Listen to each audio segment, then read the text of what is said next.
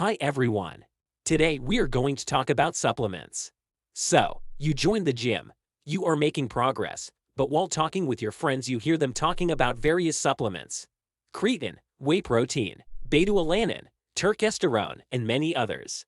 And they tell you by taking those supplements their gains skyrocketed, and now you wonder if you should take them too. Well, this video is the right one for you, because I'm going to tell you the 3 best and 3 worst natural supplements to build muscle, and so you know which one to buy, and you don't waste a bunch of money buying stuff that don't work. So stay tuned until the end, and you will know which supplements to use. Just a reminder, I am not a doctor, so always remember to talk to your doctor before deciding to take any supplements. This video is just for educational purpose. So, let's begin. Number 1 is creatine. Creatine has been around for years, and many studies has been conducted on creatine, proving that it works, giving you the best returns in terms of muscle gains on your investment. Creatine is really cheap, so everyone can afford it.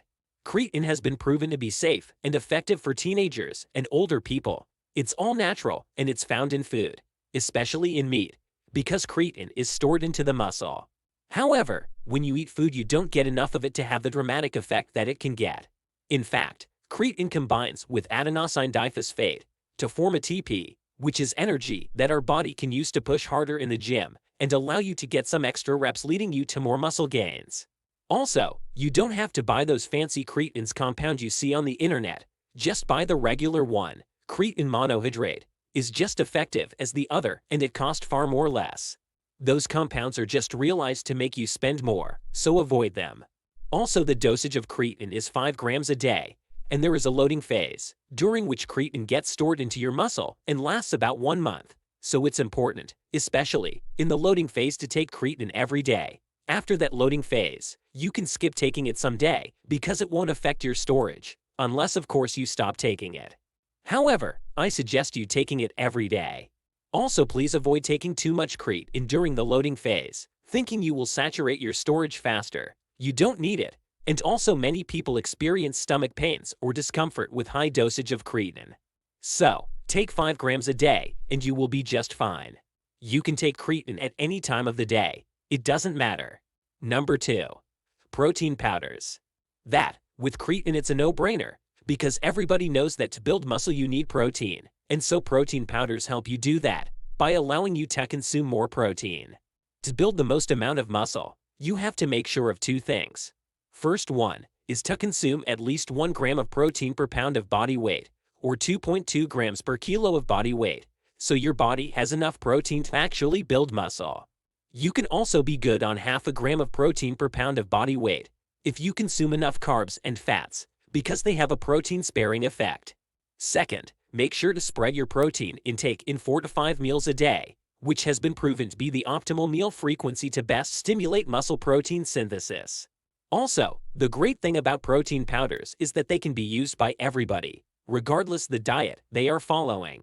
This is especially for people who are vegetarian or vegan, because on this kind of diet is really hard to consume a lot of protein, and so on the market there are specific powders made with only vegetal proteins they can use to reach their daily required protein intake.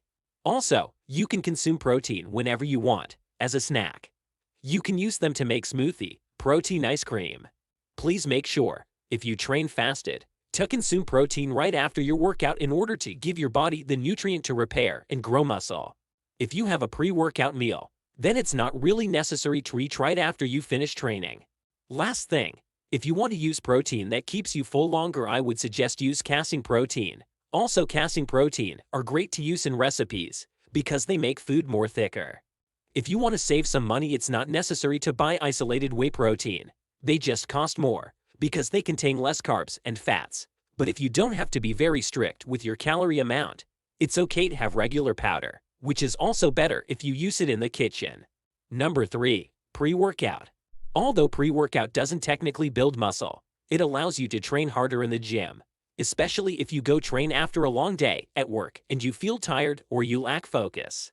If you train fatigued, you won't push as hard as you can, thus you're not making gains.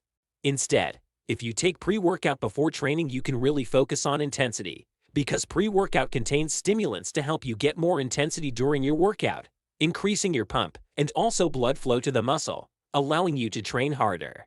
I also suggest you to consume pre-workout that contains beta-alanine, because beta-alanine is proven to give you more power because it delays lactic acid to accumulate in the muscles, so you feel you can push a little more before your muscles feel too sore. For teenager, please avoid consume pre-workout. You're far too young and you don't need them. You have plenty of energy and plenty of opportunities to build muscle without using pre-workouts. So, wait before you use pre-workout. Also, be careful with pre-workout containing caffeine, because if you train late in the day, that caffeine can messes up with your sleep, and sleep is fundamental to recover and grow muscles. So, I suggest you to take caffeine-free pre-workout if you have trouble sleeping. Now, let's move to the 3 worst supplements to build muscle. First of them, mass gainers or weight gainers. Those are useless. They are just money thrown away. In fact, they are just protein powder with more carbs and fats to increase calories per serving, nothing more. These weight gainers are only good for one thing: make you consume more calories than your body actually needs, and therefore they will make you fatter. You see the scale going up, and you think that the weight you're putting on is purely muscle. Well, that's not true. Mostly of that weight is water and fat. A little percentage is muscle. So save your money and don't buy mass gainers. If you want to consume more carbs or fat, eat them from actual foods. It will cost you less. Number 2. Testosterone boosters. Those boosters will increase your actual testosterone just by a little bit and for a short time. The increase is not significant to impact your ability to build muscle. So avoid test booster and instead use those money to buy creatine, protein powders, and pre-workout. Number 3 is BCAA, branched-chain amino acids. This is quite controversial. In fact, BCAA actually works and are good to give you some energy, especially if you train fasted. But I don't suggest you buy them because from a return on investment perspective, the amount of muscle you can build with BCAA is minimal compared to creatine or protein powder.